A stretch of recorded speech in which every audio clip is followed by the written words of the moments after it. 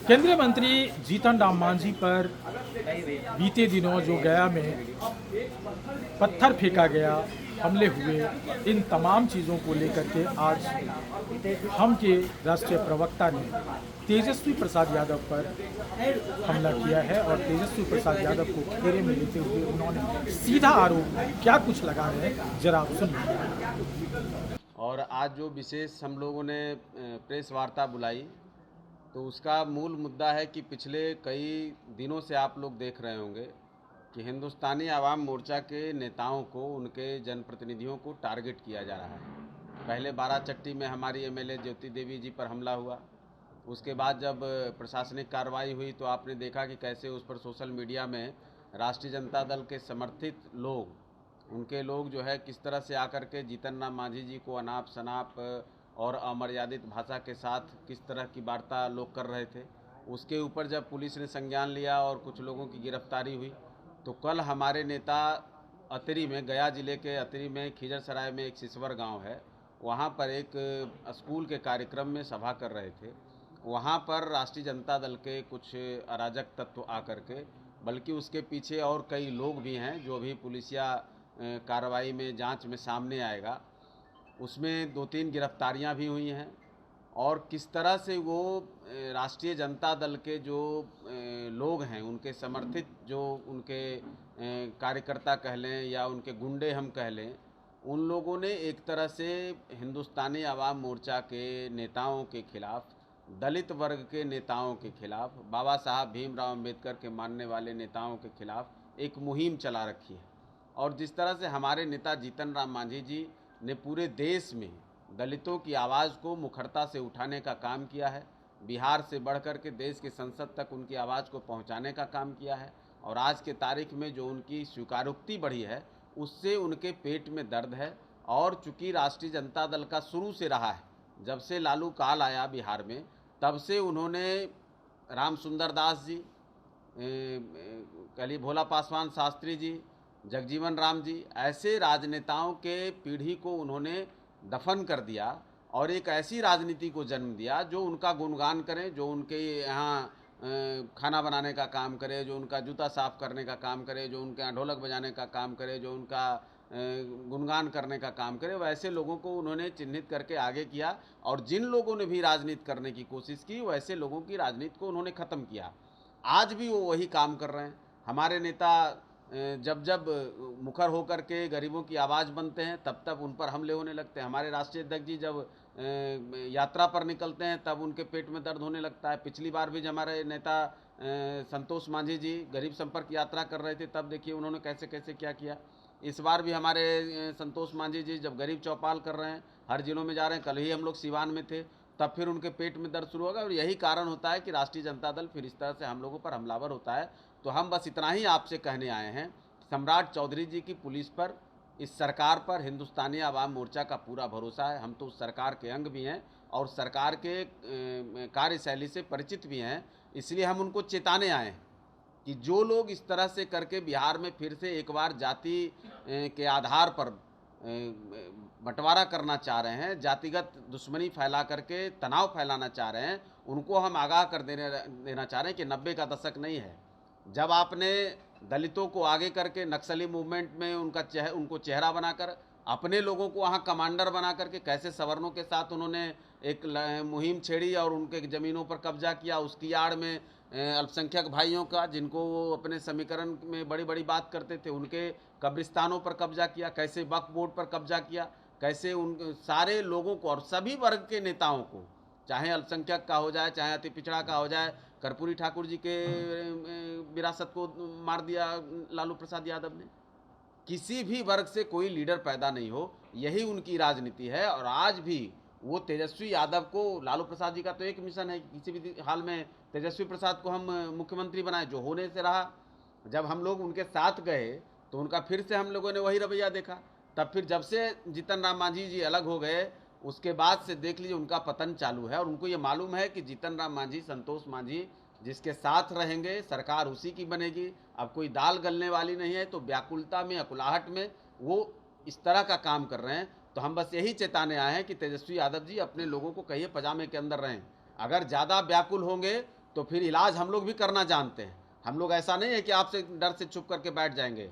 आपकी लंका में भी आग लगेगी। आप जो शीश महल में बैठ कर ट्वीट खेल कर और अपने लोगों के यहाँ से जिहाद करवा रहे हैं, इस तरह का काम करवा रहे हैं, तो जवाब आपको भी मिलेगा। आप भी घरों से निकलना फिर मुश्किल हो जाएगा। अगर जीतन राम मांझी जो जन नेता हैं, जो संघर्षों के दम पर यहाँ तक आए हैं, जिनका इतिहास पड़ा हुआ है, अगर उनको आप चाहते हैं कि वो घर में बैठ जाएं और वो सभा नहीं कर पाएँ, वो कार्यक्रम नहीं कर पाएँ, अगर वो करेंगे तो अपने लोगों से आप हमले करवाएंगे, तो आपको भी बिहार में निकलना मुश्किल हो जाए। आपको भी घरों से निकलना बंद कर देंगे। अभी भी जो मम्मी के घर में रहते हैं ना, वहाँ से निकलना बंद कर देंगे। हैसियत में रहिए। अब ये 90 का बिहार नहीं है, ये 2020 का 21 का बिहार है, जहां नीतीश कुमार जी से आगे बढ़कर के अब सम्राट चौधरी की सरकार है। ऐसे लोगों को हम अच्छे से जवाब देंगे। हम यही चैलेंज करने आए हैं। और 8 पॉइंट जो आप लोगों को हम लोग दे रहे हैं। हमारे नेता जीतन राम मांझी जी ने एक ट्वीट किया, जब वो कुछ बोलते हैं, एक तो उन्होंने कहा नहीं, आप लोगों ने देखा होगा कि कैसे एक जाति बिरादरी के नाम पर कि उन्होंने कहा कि इसको बिहार से बाहर चले जाना चाहिए, जबकि उन्होंने कहा था अपराधियों के बारे में कि अपराधी या तो अपराध छोड़ दें या तो बिहार छोड़कर चले जाएं। उसको कुछ लोगों ने ट्विस्ट कर दिया और फिर उसके आधार पर वो असल बात है कि उसको कराया गया। राष्ट्रीय जनता दल की जो टीम है, जो सोशल मीडिया टीम है, आप उसको उसके कार्यशैली को जानिए। कैसे आज कॉकरोच पार्टी बनाने वाले लोग उनके साथ हैं।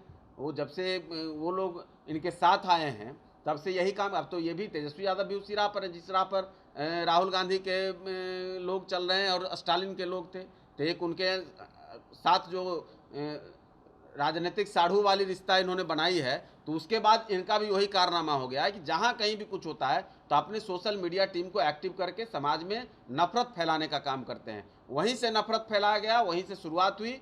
और अब वो चाहते हैं कि इसी बहाने जीतन राम मांझी जी की विरासत को, उनकी पार्टी को, उनके चाहने वालों को, जो दलित उनके चलते आज एक मुखरता से हर जगह आगे आ रहे हैं, सबको दफनाने की कोशिश और सबको राजनीतिक रूप से मिटाने की कोशिश जो उनकी है, उसको हम अमली जामा किसी भी कीमत पर नहीं पहनने देंगे। कि तेजस्वी यादव जी बड़ा हंगामा करते हैं और हर चीज़ में जात को ले आते हैं। अपराधी पर अगर कार्रवाई हुई तो फला जाति का उसको टारगेट कर रहे हैं। अपराधी कोई घटना घटा रहा है, उसको अगर 2 दिन गिरफ्तारी में देर हो जाए तो सरकार उसका साथ दे रही है। अपराधी अगर उनकी जात का होगा तो वो हंगामा करेंगे उनको बचाने के लिए। अपराध अगर उनकी जात पर होगा तो वहाँ पहुँच जाएंगे।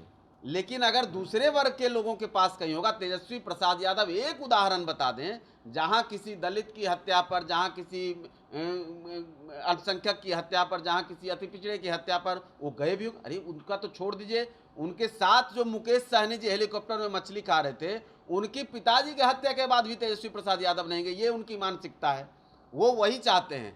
तो वो जो प्रोग्राम उनके लोगों ने सेट कर दिया, वो लाठी घुमाओ तेल पिलाओ वाला, उसको हम लोग अब चलने नहीं देंगे। सम्राट चौधरी का डंडा चलेगा ना, उनकी पुलिस का डंडा चलेगा तो सब लाठी घर में बंद हो जाएगा। ये 8 पॉइंट हम आप लोगों को दे रहे हैं और हम चाहेंगे कि सम्राट चौधरी जी से भी कि तेजस्वी यादव जी की मंशा को जरा पूरा कर दीजिए। उसमें एक बड़ा चीज़ है कि हम राजद नेतृत्व से सवाल भी है कि आप अगर तेजस्वी प्रसाद यादव में हिम्मत है तो इसका जवाब दें।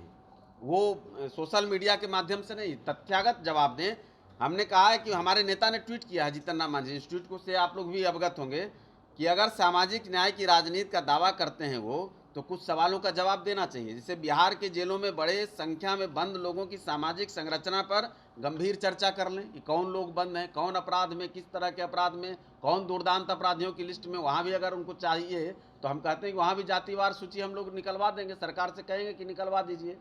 दलितों को सरकार द्वारा दी गई पर्चा भूमि पर सबसे अधिक अवैध कब्जे का शिकायत किन लोगों के खिलाफ आता है, उसका भी एक हम लोग चाहेंगे कि भाई जाति जनगणना के साथ साथ वो भी जनगणना करा दीजिए, कौन लोग जमीनों पर कब्जा किए हुए दलितों के।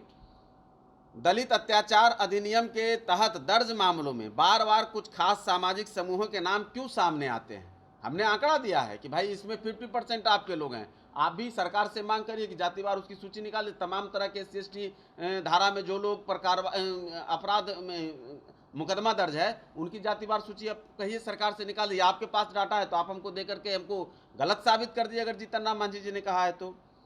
कब्रिस्तान, वक्फ और गरीबों की ज़मीनों पर अवैध कब्जा को लेकर जो कार्रवाई होती है या जो जिस तरह का मामला सामने आता है, उसमें भी एक खास वर्ग के लोग हैं। तो क्यों हैं?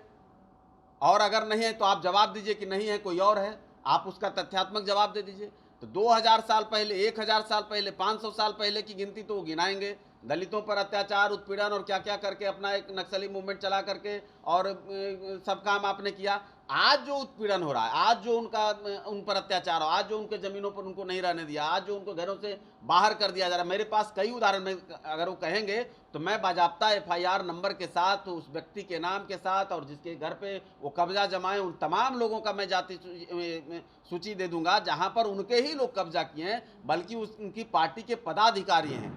तो हमारे पास तो वो भी आंकड़े, बार बार पुलिस गिरफ्तार करती है, जेल भेजती है, फिर आते हैं, फिर चले, तो आदतन अपराधी है। तो वैसे लोगों का हमने अगर सूची जारी किया, पेट में दर्द होने के बजाय और इस तरह से ढेला चलवाना या कहीं हंगामा करवाना, इसके बजाय अगर हिम्मत है तो आप तथ्यात्मक जवाब दीजिए। आपके पास तो सोशल मीडिया की टीम है, रोज़ आपका दावा होता है, तो इस दावे को भी आप पलट करके जवाब दीजिए अगर हैसियत है तो। हम बस इतना ही कहने आए हैं और ये चेताने आए हैं कि अपने लोगों को रोक लीजिए, नहीं तो रोकना हमको आता है। तो आपने सुना श्याम सुंदर शरण ने क्या कुछ कहा है, और उन्होंने कहा है कि जिस तरह से ये हमला करवाया गया है और लालू प्रसाद यादव के परिवारों के द्वारा, उनके नेताओं के द्वारा, इन तमाम चीज़ों का हम बदला ज़रूर लेंगे। या तो संभल जाइए या नहीं तो आपको घर से निकलना भी हम बंद करवा सकते हैं, इतनी कुव्वत रखते हैं। तो ये सीधा सीधा जो है श्याम सुंदर शरण ने तेजस्वी प्रसाद यादव को आगाह किया है कि आप अपने नेता, आप अपने समर्थक को सावधान कर लीजिए। जिस तरह से दलित की आवाज़ को बचाने के लिए, दलित की आवाज़ को दबाने की कोशिश की जा रही है तेजस्वी प्रसाद यादव या RJD समर्थक के तरफ से, वो अब नहीं चलेगा। और जीतन राम मांझी जो दलित के बड़े नेता हैं, वो दलित के लिए हमेशा खड़े रहते हैं। इन तमाम पहलुओं पर आज शरण जी ने बताया है, और शरण जी ने ये भी आगाह किया है कि सम्राट चौधरी की सरकार है, नीतीश सरकार के बाद सम्राट चौधरी की सरकार सुशासन पर कायम रहेगी। KBC news, Patna.